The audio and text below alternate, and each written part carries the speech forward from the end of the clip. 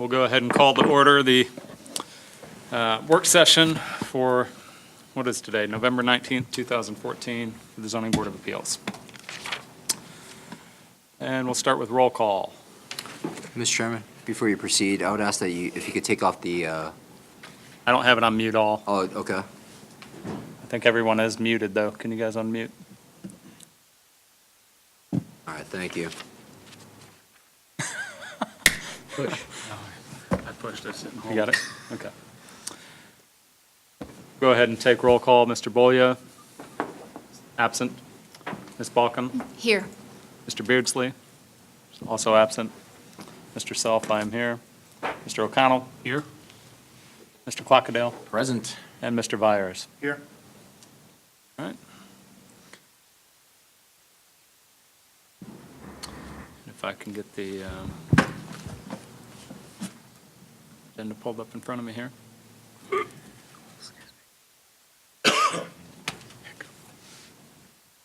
And for your convenience, it's up on the screen. Thank you.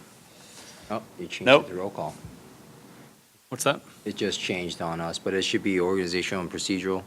And do we have any organizational and procedural? The only items? item is to, again, just to reiterate that we did change the sign-in to the computer, obviously not to the e-boardroom, based upon a generic password that's shared with you. Just wanted to keep that in mind. E-boardroom, obviously, we would have to do a little additional more work to get that fixed, but I think we could access it through the city's website, so I just wanted to share that. Does anyone have an issue accessing the agenda through the website? I'm trying to, and it's trying to open up. It may be open. Scroll to the right on the page and see the way it's formatted in Adobe. There you go. Thanks. Okay. And one additional item. You as chairman. One additional item regarding the Caldwell appeal. The city's attorneys, they're probably en route from Greensboro, Georgia, making their way to Brookhaven. Hopefully they'll be here by 7, but if they're not, then we may have to consider possibly amending the agenda to push that appeal case further down in the process. Defer that to next month. I prefer not to, I'm serious. but that is definitely a choice that you do have. But so I guess my proposal would be that we temporarily push it to the back of the agenda. When they do arrive, maybe pick that up as soon as they arrive, so we could actually get that taken care of up front. They believe they'll be here close to 7? They or- are trying their best to get here by 7. I wonder, would we be better off to just push it after Rustic Ridge? That's First fine, maybe the unfinished first 2 business. cases possibly, but we'll see. Okay. All right. Moving on to unfinished business. Unfinished business, as mentioned, is the Caldwell Venture, which is the Caldwell Road appeal. I don't know if Mr. Smith would like to say anything to that, or? Well, just, it appears, I'm sorry. It appears that they did refile, but they didn't make a new application. It just looks like they just, Yeah, kind of, they did provide an additional brief, and this is from the appellant only. The city did not provide an additional report. And also, just to add to that, the appellant's representative, Doug Dillard, he is fine. He has no objection to amending the agenda as required. Okay. So on that, do we know, this whole thing has been a learning experience for all of us. Do we know that we're on good legal standing with where the case stands now to rehear it tonight? Are we okay? And I know all parties are in agreement, but are we okay to hear this tonight? Or do we open ourselves up to some kind of liability in any way, shape, or form?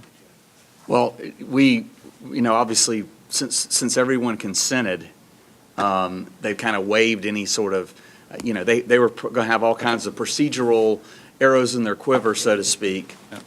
If we had gone forward last time, a lot of those have been taken off the table now. So now we're back to more of the substance of the case and ruling on the substance of the case rather than the, Very good. procedural issues we had. Very They, good. they agreed to formally waive their objections to procedural items, as in that they can't call back to that. I believe with the agreement the city did, And also, I believe, on the part of the appellant, because there was a 60-day timeline in terms of a decision that had to be reached for an appeal, they waived that right as well. So I think we should be in good standing to review it tonight. Okay. So we are, it was deferred so that they could reapply, correct? Technically, I don't think we deferred it. I think we just all agreed that they would Start reapply. over. And we would start fresh Not as good as. at this hearing, hear the entire case, public comment and all, and render a decision based on that. Right, because some of the objections were, some of the items were submitted at a later date than, against the current procedures that we have in place. That was one item that came up. But because of that, I don't know what the proper term would be. I think possibly recess the hearing to this date. That may be the appropriate term. I don't know. And I think with the agreement from last meeting, we decided to take into inclusion all documentation that had been submitted and, like the chairman said, start from the beginning. So I think we should be good. Okay. All right. Moving on What to did we case. decide? We decided to let them rehear everything, make their presentation? Yeah, I think that Yes. was decided previously. We're just, Yes. There's one additional unfinished item, which is ZBA 1455 for 1287 Rustic Ridge Drive. And if Rhonda has it ready. All right, so if you recall, they initially came in for a front yard setback variance as well as a rear yard setback variance. Staff did support the front yard setback, which was a request from 76.35 feet to 58 feet. The rear yard setback originally was a reduction from 40 feet to 15 feet. Sorry, Ben, what page are we on? 331. This is gonna be, let's see. 331, got it. Well, no, actually, 331 is where the staff report. Oh, well, in this one, yes. 331 is correct for this particular case. And again, if you recall, it was a reduction from 40 feet to 15 feet in the rear yard, where staff asked that specific request be denied, but in lieu of, approve it for a 25-foot setback in the rear.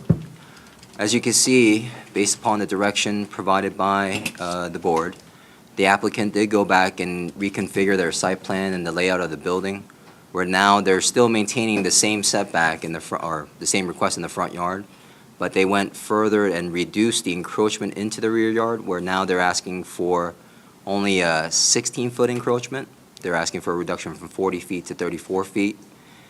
Based upon this revision, staff is recommending that, or staff has recommended approval of both the front yard setback as well as the rear yard setback requests. Front's the same, and they reduced the request for the rear variance. Correct, correct.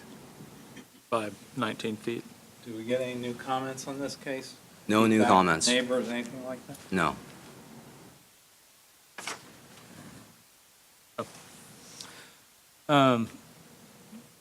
One other item under unfinished business, and I just wanted to clarify where we stand with the Instalone case. Did they end up filing an appeal on that? To the best of my knowledge, I don't believe they have. Okay, I and don't they're believe- outside of the window at this point. I believe that is correct. And we could have Emily confirm that for us tonight when she arrives, but from what I've heard, there were rumblings that they were going to, but I don't think they formally did. Okay, thank you. So that case is over. What about 14-52, 1010 Mabry Oaks? I think that you filed, or What was 1010 Mabry Oaks? What meeting was this?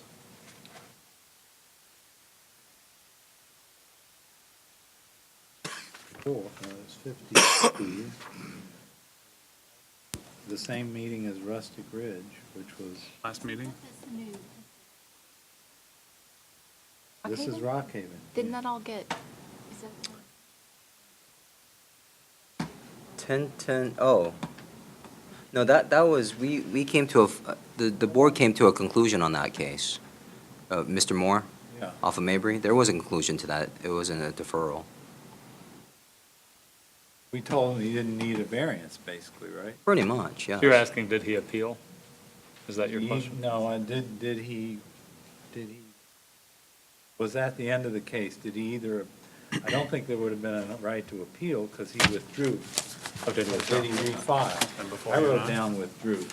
Yeah, he did withdraw certain aspects. There were multiple, I just can't remember off the top of my head at this point. One where he'd already, a lot already had variances and we wanted more. He wanted more, and he wanted a pool. The pool was a focal point, if you recall. Said you I can thought we use gave him- impervious pavers and.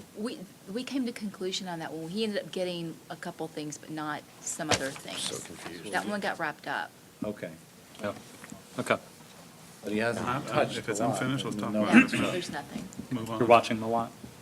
Yeah, let's. I'll walk by it. Yeah, buy there. Let's go ahead and move on to new business. All right, moving on to new business. We have ZBA 1463, which is a request to reduce the rear yard setback from 40 feet to 15 feet to construct a single-family detached dwelling. Based upon, excuse me, based upon the shape of the lot, it's interesting, if you look on the other side, the other intersection of Dugwood Terrace, you have a similar shaped lot where it's apparent that the existing home that's has been constructed appear to have the same configuration as the subject property, where, and there may have been previous variances approved for those sites. In this case, based upon the shape, based upon the fact that it's a corner lot requiring 2 front yard setbacks, we felt that the requested variance to reduce the rear yard setback from 40 feet to 15 feet would be warranted, and staff did recommend approval.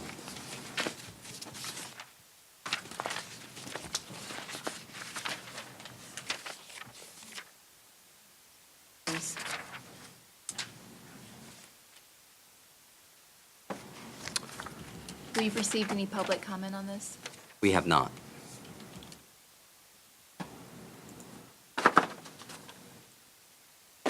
Yeah, I just reading through the case and looking at it and visiting the site, noted there are a lot of large trees on the lot, and I imagine they're asking for the variance that they are so as not to impact the trees.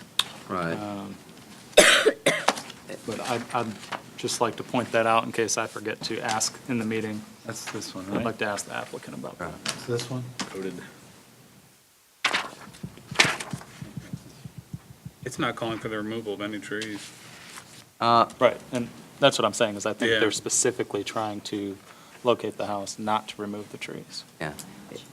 In a way, it's in the same positioning as the existing home to account for that, so again, I think it's perfectly fine. And the existing home as well encroached into the rear yard setback. Typically, we would see a side yard setback request on a corner lot. In this case, we're not. No, no. That's the yellow house. Yes, Those that's it, trees are handsome. that's it. Yes, some beautiful trees there. That's the one with the little shed. Does everybody agree that it looks like they plan to remove that shed? The shed's ghost? It's not shown on the proposed site plan. Right. It's not there. Right, so that indicates demolition, which is improving. the situation. They're removing a non-conforming structure. That is correct. Okay. Any other questions on this? Let's move along. Okay, moving on. Next case is ZBA 1464, the applicant Sang Ho. He's asking for a reduction in the front yard setback from 30 feet to 22.6 feet. Based upon the request and also the analysis performed by staff and site visits that had taken place, we felt that the request went beyond the minimum necessary, considering the existing setbacks of homes within the area. Typically, what we found were a setback of 24 feet. Again, this applicant is requesting to reduce it to 22.6 in order to provide for a side entry garage. I would inform you that I believe the applicant will be here tonight to request a withdrawal. He did mention that there was an error on the part of his architect that did not identify an additional variance that he may need, which is in the rear yard. In addition to that, he's looking to reconfigure deck. the layout of the building as well. Yeah, I noticed he did not take the deck into the rear yard setback. account. The deck in this case is fine, because per the ordinance, we allow for decks to encroach administratively 10 feet beyond the rear yard setback. That will be an elevated deck on that lot? It's really hard to say without seeing Existing. an elevation. I believe it would be an elevated deck, but I could be wrong, because the property seemed fairly flat, unless the building was to be, maximizing the height of what we allow. I'm not exactly sure, but it may be potentially a elevated deck. And they have a garage that incurs into the rear setback now that also looks like it would be demolished. The one-car garage with the lattice around the back. That's not being a deck, that's within 40 feet. I don't even see that. Did they attach an existing site plan? They only provided the proposed. We ask them to provide as-built when they're doing this? No, not necessarily, unless they feel that it's warranted to justify their variance, but it's not a requirement. When you measured the 24 feet of the neighboring properties, were you considering the ones across the street, which look pretty close to the street? to me? Yes. Yes, we are. So there's no averaging issue here because it's two corner lots? Correct. Being that it's a corner lot, we would not apply the average setback. Jed, the one directly across the street is like 27 feet. You measured? Oh, boy, You took your tape measure out there? good job. Well, doesn't stretch, but yes, took several movements. That's very good. Thank you. It's about 27 feet. Yeah, and Thank you. we calculated, obviously, around 24 to 27. It's in that ballpark. So, Most of them on that street are like that. yeah, and again, when you go down south on Wayside Drive, you get into a separate subdivision, which again, I think it came up last month with, I forgot the gentleman who wanted to put a deck, and the grill deck extension that you said Yep. should not be included. That portion actually is zone RM100, so we did not include them in our analysis. Again, it was just the properties across from them. If they just pushed that house back a little bit, would you be favorable to a reduction in the rear yard setback? We will have to see when they come in and resubmit. Yeah, if they're going to come in I guess- tonight to They're withdraw, I going to think we will withdraw move on. Move on then? Yeah. Go ahead and move on. I think that. All right, moving on. Next case is ZBA 1465. It's a request to reduce the average front yard setback from 72.6 feet to 27.03 feet, and to encroach 40 feet into the 75-foot stream buffer for an addition to an existing residential dwelling. As you can see, the property is bisected by a stream where a majority of the property will fall within the stream buffer, both on the front end and as well as the back end. It appears that the house had been built prior to the enforcement of the stream buffer ordinance, in addition to any requirement for an average front yard setback. But it makes sense that that would be the only area in which they could locate the house. Essentially, at this point, as you can see in the rear of the home, that hatched area, that's the proposed addition. If you recall, in their letter of intent, it makes sense in terms of the location, although they did provide several alternative locations. The reason being, that's the current location of their master bedroom, which they're looking to extend. Based upon, I'm frozen up over here. 447. Well, 447 is the staff report. yeah, well, you could start on page 400. Yeah. It's mice type, I don't know if you could be able to see that, but 400 is the site plan.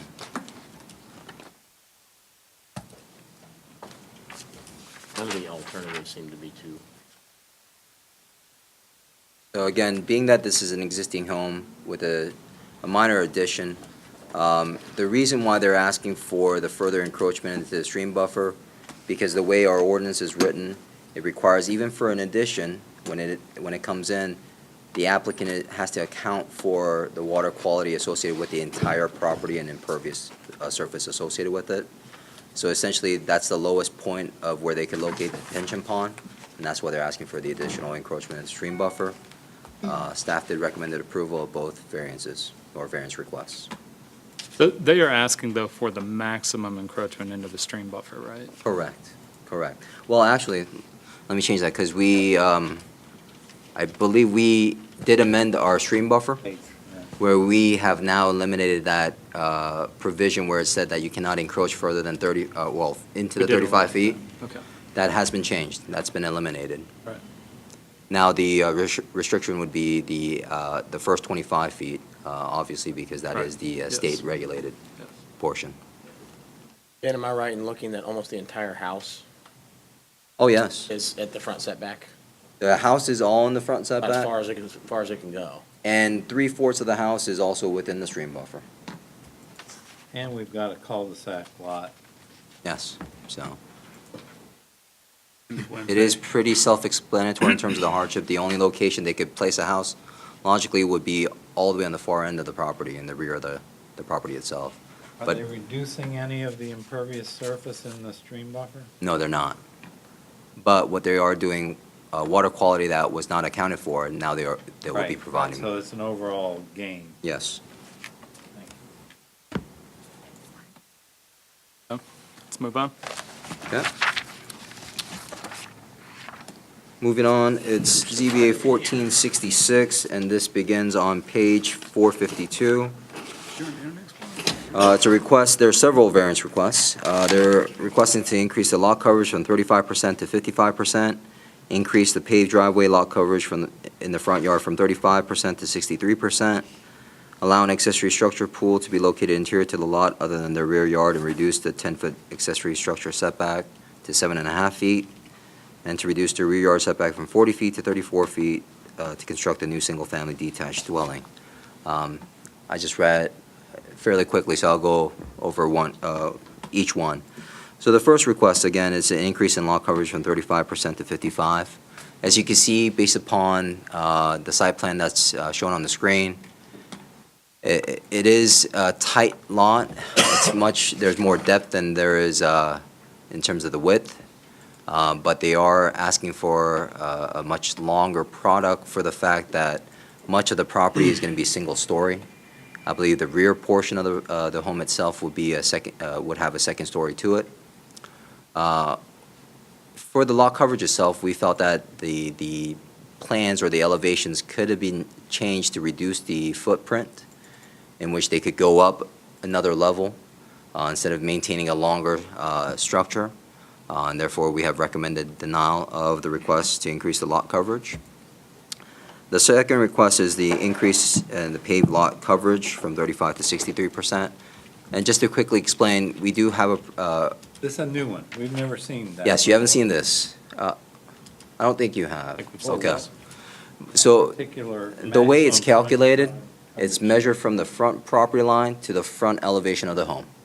That whole area, within that area, you're limited to 35 feet of 35%. 35% for it to be paved for the purpose of, a driveway to park your vehicles. In this case, the applicant is proposing some type of paver system, but it's not 100% to account for the 100% of the driveway. We don't allow for a partial credit in terms of an impervious, or for a pervious system. Therefore, we count the entire driveway, even with that proposal, as an impervious driveway in itself. It falls in the definition of paved, whether it's pervious or not. Well, he could do a pervious, but we don't differentiate between a percentage. It has to be either 100% All or nothing? or nothing. That's in the ordinance? It's not in the ordinance. We don't necessarily have, it's more of a policy where if it's truly meant to be pervious, then it should be a fully incorporated pervious system, not partial. And based upon that, again, he could reduce the footprint, maybe even consider possibly getting a variance to the average front yard setback to push the building, push the building further back and not require an average front yard setback. But that way he could account for a larger front area to acquire that 35%. Ben, did you guys have the discussions about making the house taller, Discussions with, the builder? No. About no, we have not. This looks like architect-driven to me. It is definitely, it's a unique concept. It's a very good-looking design, but it has to fit with the property in which they're seeking to locate it. Ben, can you clarify the issue of the pool for me? Sure, and I'll go on to that, too. Okay, thanks. So, again, we recommend denial of the paved driveway coverage increase from 35 to 63%. Next thing, so the next variance is the applicant is seeking to locate the pool as sort of a courtyard feature built into the design of the home itself. Essentially, swimming pools are considered as accessory structures. Accessory structures can only be located in the rear yard. So that's why they're seeking this variance. I'm sorry, say that one more time, please? Swimming pools are considered as accessory structures. Accessory structures can only be located in the rear yard, per the ordinance. Which is why we had an issue with another home that did something similar to this several months ago. Right. Possibly. The one, I the can't one where recall. Tim asked for the as-built, then the as-built wasn't signed. Oh, yes. Well, it was a little bit different. That's the North Thompson that you're referring to. North Thompson. It's Stephen DeLonga's property. That was a little bit different. Weren't here, Corey, but it looked like the pool was, Yeah, well, that one is similar, and it's similar in the respect that they were asking for a similar request as this, where they're asking for a setback. Because an accessory structure, again, it has to be located in the rear yard. That's why they're requesting for the first request. The second is accessory structures must maintain a setback of 10 feet from all property lines.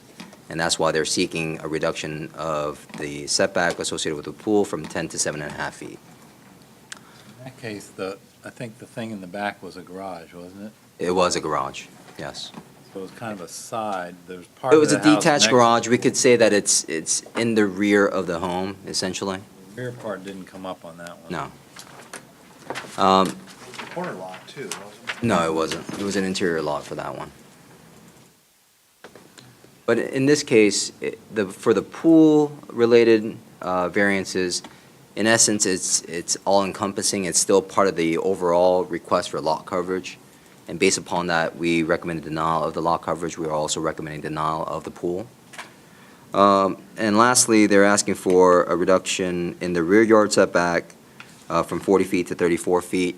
Again, if they were to sort of come up with a more compact development similar to their adjacent neighbors to accommodate the shape of the lot and go an additional story, making it into a two-story building, we felt that the rear yard setback would not be required. And again, this also falls on the overall comprehensive sort of denial related to lot coverage, and we also recommended denial of the reduction in the rear yard setback as well. Let's move on. All right, moving on. Oh, actually, and I think Aranda may have sent an email to you all probably about an hour ago. We did receive an opposition to ZBA 1466. Yeah. Yes. I have it. ZBA 1467, we received a lot of sort of correspondence related to this case.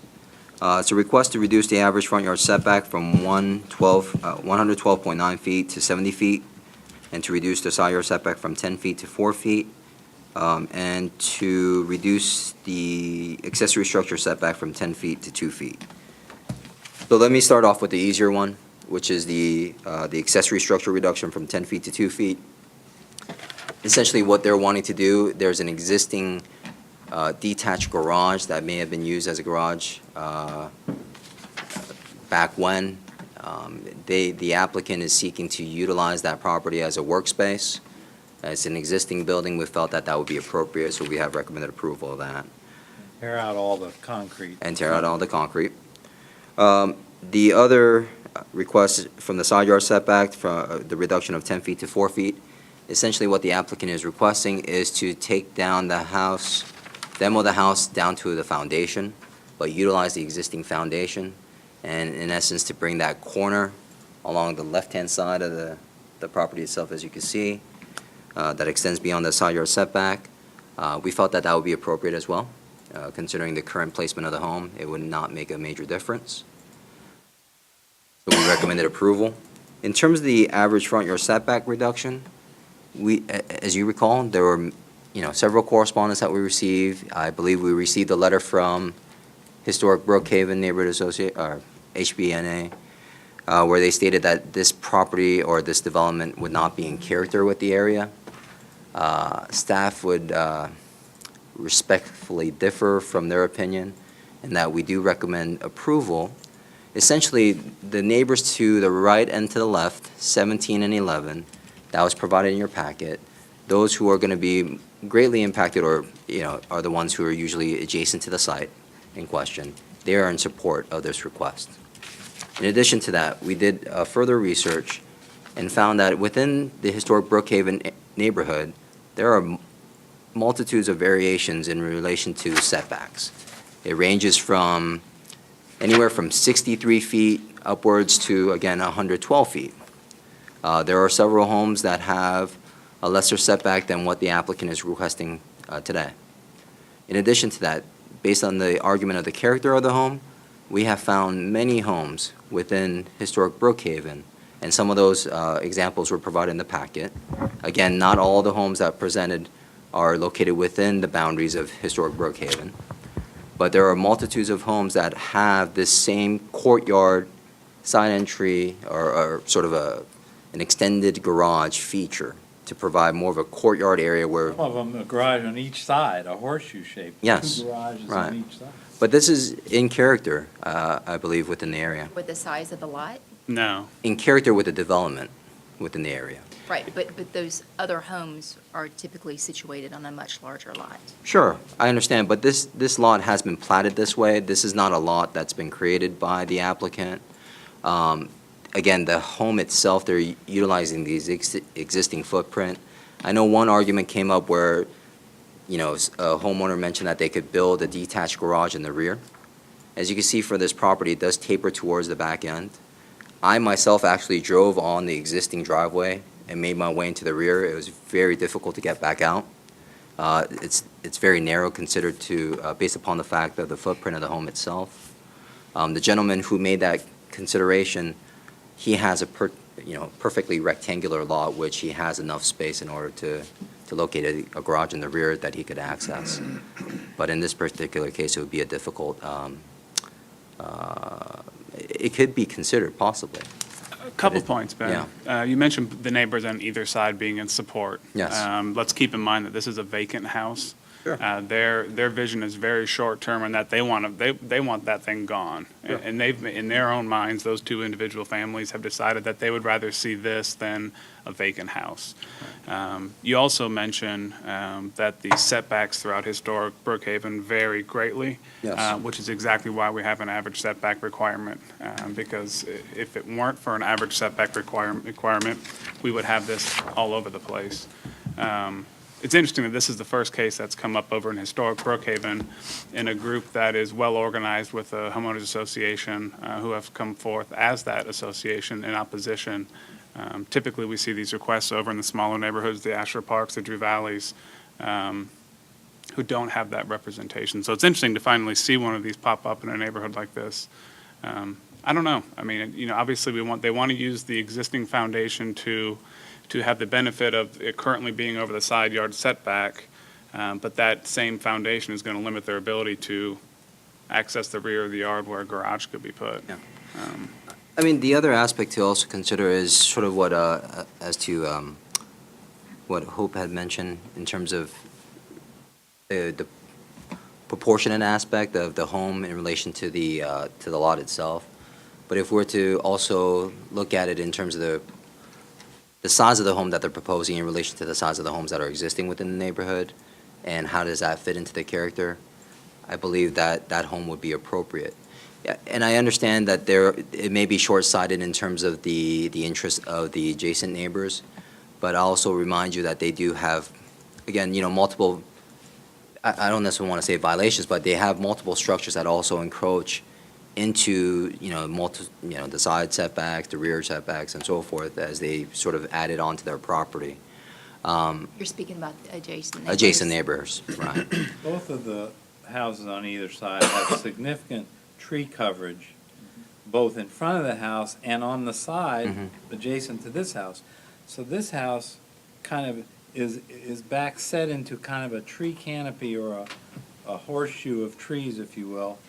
And it struck me that if we were to approve this, we might want to condition, and couldn't we, for the sake of some of the new members, couldn't we condition it on them adding some new trees here to break the profile of this intrusion into the, That's correct, and if it's a desire of the board to do so, that's perfectly fine. we've done that before where we've added conditions, so. And That occurred. the only note I have, and maybe you can explain this to me, is that the thing that I think I'm just curious and troubled with here is that it says the attached garage is consistent in character to recent infill development that has occurred in the neighborhood.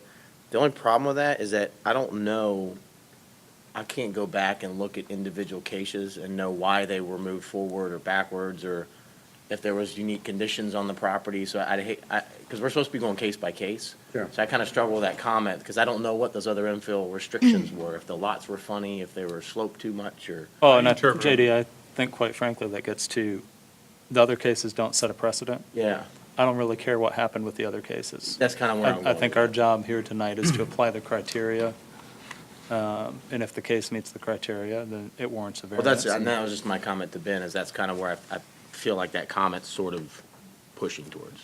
So I I'm a little interpret it as the cautious style of the house, not the location. when I hear a developer say they're going to use the existing footings. One of the last cases I recall, actually in historic Brookhaven, the developer stated that, and I saw with my own eyes that they did not use the existing. They will not So, do it. yeah, I hesitate to use that as a reason to justify Sure. giving variances. I agree. I totally understand what you're saying, and And the question is this a hardship or is it an inconvenience? I thought of that same case, Hope.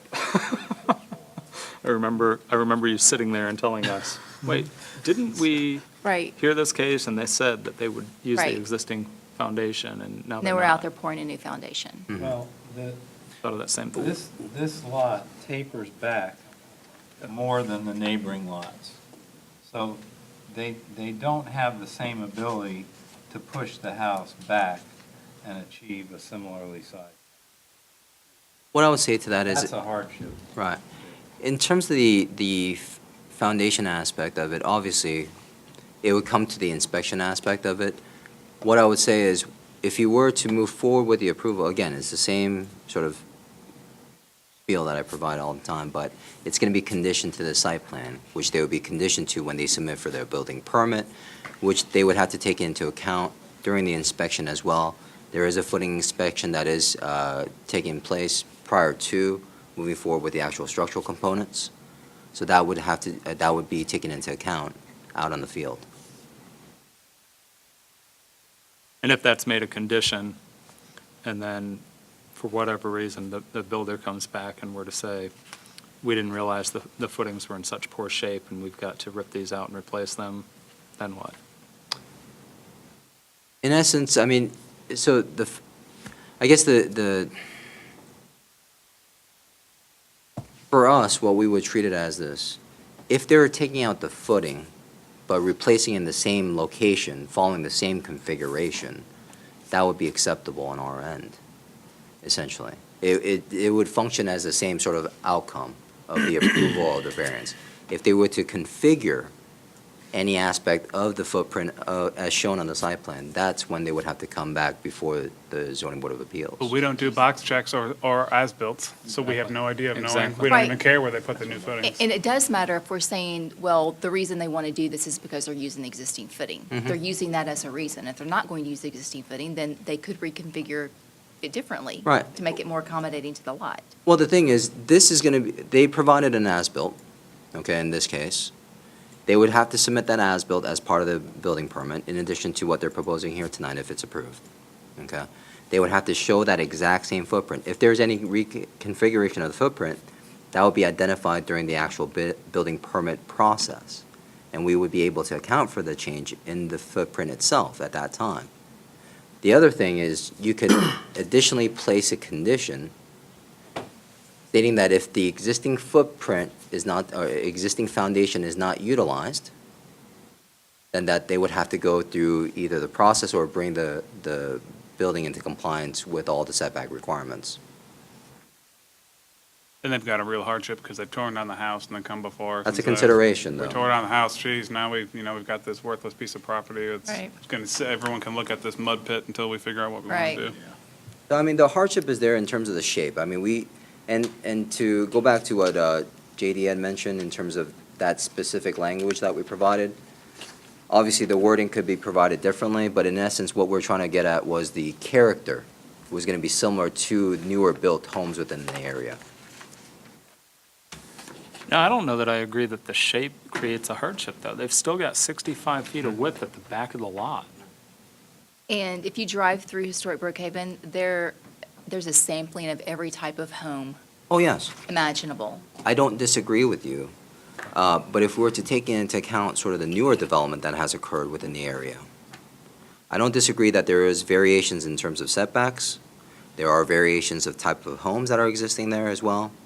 But if we were to take into consideration sort of the newer homes that have been built within that area, it's more, this request and the project that they, or the size of the home that they're requesting is more in keeping with what you have seen in terms of the more recent sort of transition in So that the area. question is, could they develop something that's more in keeping with the neighborhood without the setback?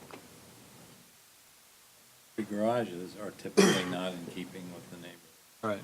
They could do a front end. But that, yeah, that's sort of out of scope as well from what I've seen, unless it's the older homes.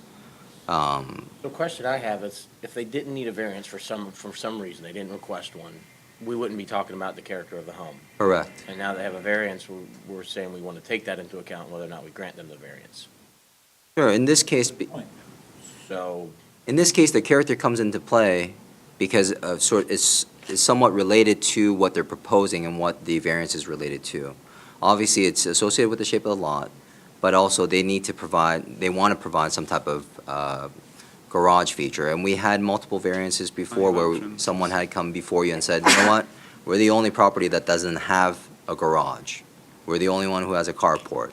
So that was sort of their justification to ask for a side yard setback to build a garage. I'd like to ask the builder why Yeah. such a big house, would be my question. That's perfectly fine. We'll have every opportunity to do that. Let's go All ahead and move on Come now. on. I wanted to point out one thing on this case. I'm looking to see if there's a picture of it there's a house that's only 3 or 4 doors down to the left. 3 or 4 where they added a brand-new garage, detached garage in the front of the house. On a really large lot. On a large lot, right. And the house A detached garage in the front yard? added this was before the city of Brookhaven. I'd be surprised if they didn't put a picture of it in here. No, I don't think Not they, seeing it.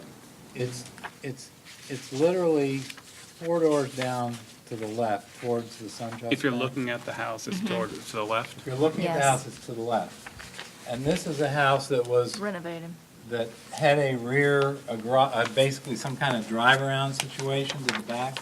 And in the front of the house, they just built a brand-new structure with 3-car garage and a heated space above it that sticks way out. I mean, okay, it doesn't stick out as close, but if you're talking about character, it's the exact same thing on a bigger scale. yeah. Again, I mean, It was actually the home of a consulate. It was a consular person who was the owner. I know the house. all right, Okay. Let's move on. I'm just mentioning it. okay. So moving on, next case is ZBA 1468. Reduction of the front yard setback along Ewing Drive from 30 feet to 17.2 feet for construction of a new home. In this particular case, we're dealing with a corner lot again where they require 2 front yard setbacks. The existing home, as it currently stands, is separated 18.5 feet from the property line adjacent to Ewing Drive. The proposal would be a reduction of 1.3 feet from what is currently existing. Based upon the sort of the newer homes that are built in the area, especially the home that's right across the street from Ewing Drive, we felt that the request would be appropriate, in addition to the fact that if you were to apply the current setbacks as established, it definitely reduces the buildable area compared to interior lots of within the same zoning district. Additionally, if we were to measure it, this is a 60-foot wide right-of-way.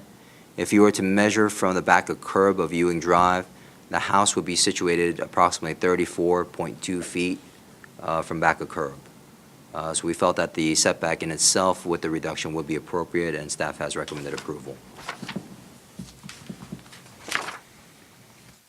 That 34 feet includes the right-of-way.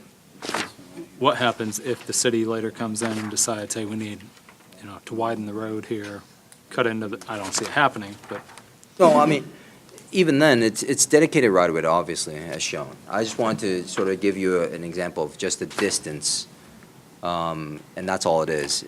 Their property in itself, their property line is set back approximately 17 feet from back of curb of Ewing Drive.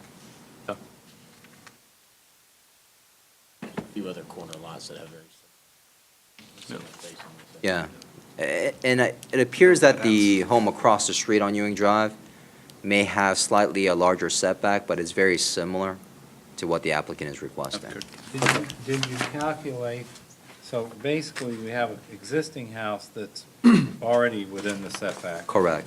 So did you calculate the degree of change that they're trying to make? Or are they staying with basically the same footprint or? Well, no, it's larger? definitely a larger footprint than what is currently existing. Currently existing is a small rectangular shaped lot. Well, actually, go to the other one, Aranda. The other one actually is better. Existing. There you go. So, Jed, if you take a look at the screen, Yeah. you see that box with the hash line around the perimeter? So, This is the distance I'm talking about. It looks like 18 and a half yes, is currently, yes. and they're asking. To 17.2 at the closest point. We're talking about moving the house out a A foot foot. from where it is right Yes, now. yes. Okay. That's existing. I think they've got an overlap, don't they? All right, if there are no other questions, I'll move on. Moving on to ZBA 1469, they're asking to encroach 40 feet into the 75-foot stream buffer, and also to reduce the average front yard setback from 33.5 feet to 26 feet. I'll quickly mention the average setback first. The average front yard setback that they're requesting, we felt that it exceeded the minimum that would be required. Taking into consideration that it appears to be a uniform setback along this side of Belvedere Drive, where it recognizes a 30-foot setback for most of the homes. So in lieu of the request of 26 feet, staff has recommended that it be replaced for a reduction to 30 feet only. In regards to the reduction or the encroachment into the stream buffer, you sort of have to do a comparison of existing and what's being proposed. And Rhonda, I don't know if you could bring up the existing. Let me find it in the order. Ben, would the reduction that you are suggesting fall within the administrative variance? Yes. Yeah. There's really no reason. Oh, sorry. Could you repeat that? The front, you're suggesting a reduction from 26 feet to 33 feet. And that could be done administratively, is Yeah. that what you're saying? Yes. So there's really, There isn't really, just you and I chatting about it, there's not a whole lot but it's been brought up as a request, Sure. because you do have the option if you see fit to allow it to 26, but Okay. that's sort of the recommendation from us.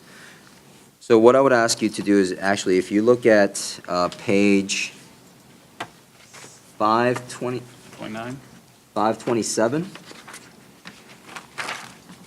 although small in scale, you could see a comparison. So 527 and 526.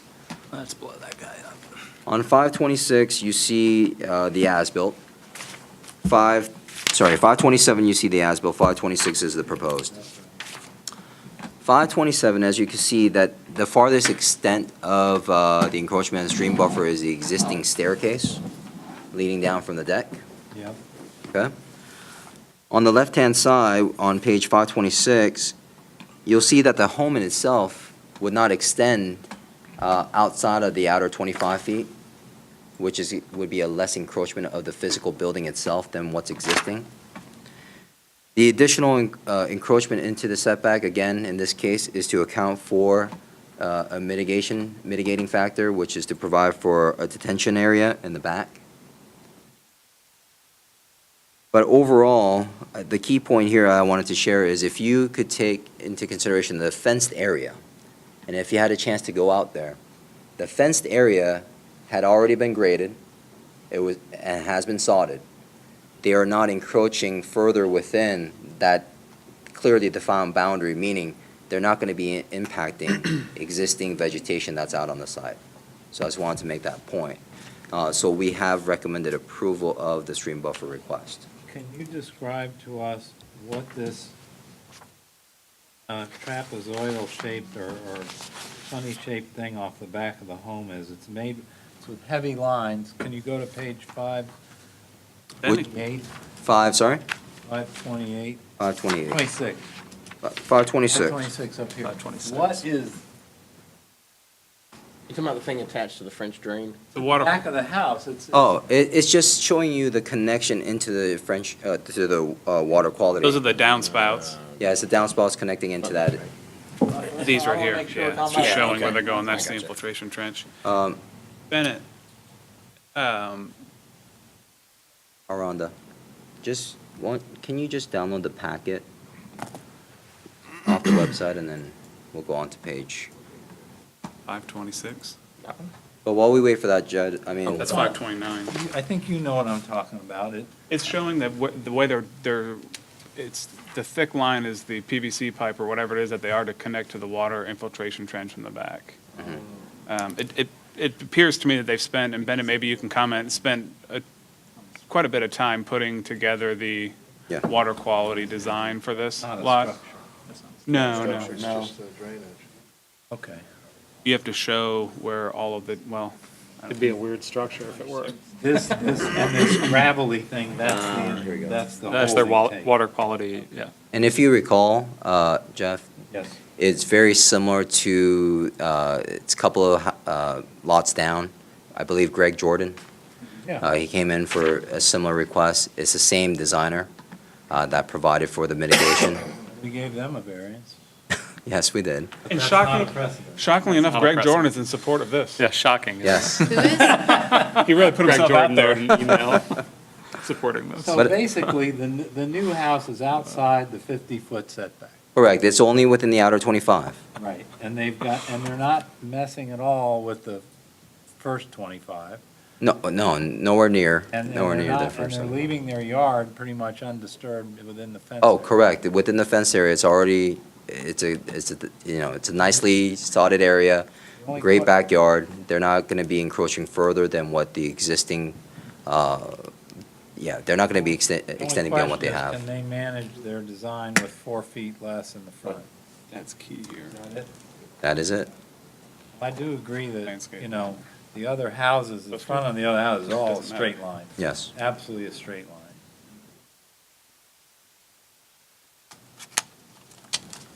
All right. I don't disagree with that. I do note that that whole street has the stream running through the backyard. And if they're requesting it and it doesn't warrant some sort of special privilege, as these older homes do get torn down and new homes are built, I question if we're not better to move that average setback a little closer to the front. But throw that out there, food for thought. I like that thinking, really. That's very progressive. I just think we're better to pull them off of the stream Yeah. and pull all those homes forward over the next couple of years in a transitional neighborhood where that whole side of the street is Yeah. older homes that will be Just torn bring them down. all out a little bit. I mean, there's always going to be an aspect of the reduction into the setback, the stream buffer, if not for the building, but even just to account for Yes. the water quality feature. And usually, a lot of the cases that we do see is the encroachment based upon the water quality more than the actual structure itself. So you're saying- Yeah, for 3.5 good feet, 3.5. are we splitting hairs if it's Yep. beneficial in the long term? Well, we always appreciate the staff So- when they're, That's if they can't accomplish what they want without that, right? Right. Yeah. this house is not designed with a lot of protruding decks or porches. Not protruding now, it's got a very If large they screen wanted a porch. back deck later, would they be able to build a 10-foot deck into the stream buffer without another variance? A slatted deck, right, Ben? Slatted decks? Slatted decks, 10 feet. They've got Here, a sizable the covered limits patio of the here. back of the house are at the 50-foot line, is that correct? that is correct. That is correct. Let me make sure. They've got a large covered patio on this plan already. Basement. Screen Green up porch, top. yeah, Yeah, I mean, they're not gonna wanna add it that way. We need, I don't see it. All the mosquitoes. Don?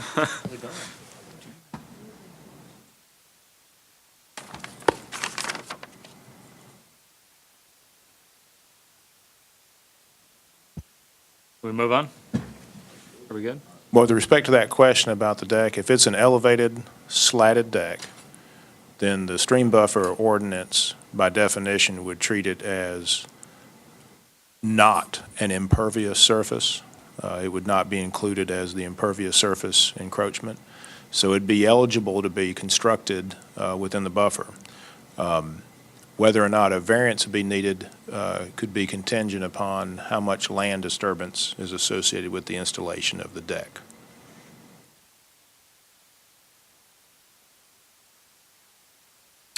All right, moving on.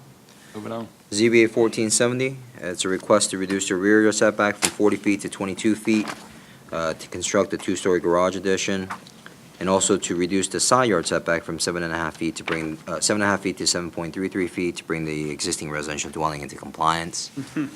The home itself, obviously, again, the hardship in this case is a corner lot.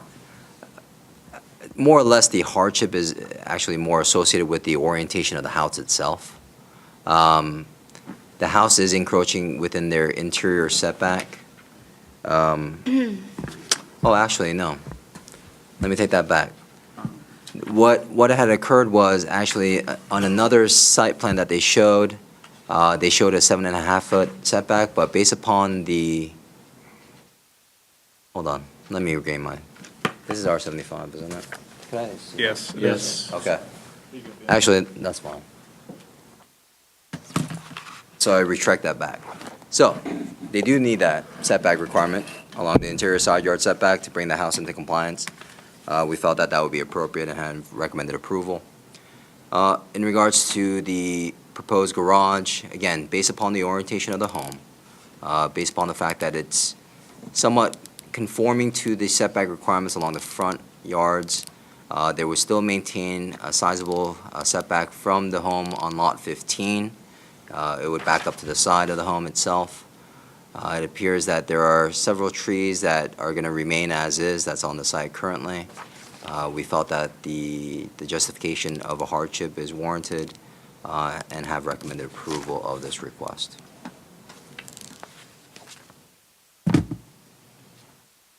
And you said the house itself is the, kind of the impediment to this. Did they build it or buy it? They bought it, Bought remodeled. it. I believe they bought it, but you could confirm that with the applicant. They added onto the deck. They doubled or tripled the size of the deck after they built it, but At least they already own it. Yeah. They Yeah, have a it- baby. Is They have that a baby, ditch too. considered a stream, or is that? No, it's not considered a stream. So that little thing running through is not, Yes, I believe, is that one side that you've been on? Stormwater What, runoff. what differentiates whether that's a stream or a ditch? By the Georgia Erosion Sedimentation Act, if a feature has two characteristics, then a buffer is established. And the two characteristics are a base flow of water and an edge of vegetation created by that flow of water. If either one of those characteristics are absent, then it's considered that there is not a stream buffer. In this particular case, it's a very close call. Back in the, I think it was the spring of 2013, the city reviewed an application to do work on the property and issued a permit based upon a conclusion that the feature did not exhibit the characteristics of a buffer. And so we are proceeding consistent with that conclusion in this case. So you could go in and plant life along the stream, or along the non-stream, the ditch, and it could absorb water in a runoff or whatnot, but that doesn't make it a stream. Understand that correctly? I presume when you say stream, you're referring to whether or not there's a buffer associated with the Right, feature. absolutely. You could conceivably have a stream that doesn't have a buffer because it may have, at some point in the past, been armored such that the edge of vegetation along the stream is not due to the flow of water, but is due to the armament, as an example. So if a property owner wanted to go into an area adjacent to, I'm going to say a feature, but a stream or within the buffer, and landscape or plant without grading, there wouldn't be a provision to prohibit the property owner from doing that. If they want to go in and plant shrubs or trees or whatever along a stream, they can do that. They just cannot undertake more activities more involved in that, grading, land disturbance, other than what would be considered just landscaping. In this case, it's not a stream with a buffer. It is not. Would not meet the characteristics of a buffer. Thank you. All right, lastly, ZBA 1471 is requested to reduce the average front yard setback from 67.1 feet to 38.1 feet. 38.1 feet to construct a porch in the front yard. This request essentially is for the applicant to utilize a greater space within their front yard. Staff felt that it would be appropriate, there's an appropriate amount of property or land that's available to the rear end of the property, that they don't necessarily have to provide a porch as a matter of convenience than a hardship. Based upon that fact, staff has recommended denial of the But if request. I'm right, the current porch does extend? The current porch is past the setback, is that right? That is correct. Yeah. Did you peer inside the privacy fence there? Yeah. Yeah, they do have a deck there. They already have a deck, and they're wanting to expand and make it larger and actually convert it into a porch, but they're sort of utilizing that space, which would be considered their front yard, as sort of a side yard that would be typical of a home, but, I mean, most houses are set pretty far back. yes, and the character of, well, if you look at the layout of the homes or the existing homes in that area, it's very similar to this. This is the only property that it's encroaching further into the front yard for such a space. Tell us about that fenced-in area they have. That fence is compliant? Yes, the fence is compliant. Well, Weird looking, but it's the compliant. fence is existing, Yeah. The fence is existing. Existing. so I needed to But if they retract were that to comment, do but- something and it were not compliant, do they need to bring that into compliance? In this case, it's really hard to tell in terms of the fence itself. I mean, it's compliant in terms of the setback. There are no setback issues related to the fence. In terms of the height, I can't really confirm what the height of that fence is. Generally speaking, if there are non-conforming aspects associated with the property, and if they came in for a variance, we try our best to include it. We don't necessarily have to because it's not part of the request that they have made. But in this particular case, it's existing. I don't think there's anything else to say to that, but. Okay. No, I did, off the record, I did see several houses in this that are so close to the stream buffer. I mean, they're right on top of streams that essentially they could never be rebuilt. Right. Absolutely. You know, because they're within 20, if you couldn't do anything in 25 feet, the house could not be even close. Those are basically always, until somebody says, let me combine two lots and take that house out and. Yep. I think you find that all across Brookhaven. Yeah. And Okay. you have riverfront property. Any other questions on this one? All right. Hearing none. I move we adjourn. Thank you, Second. sir. Second.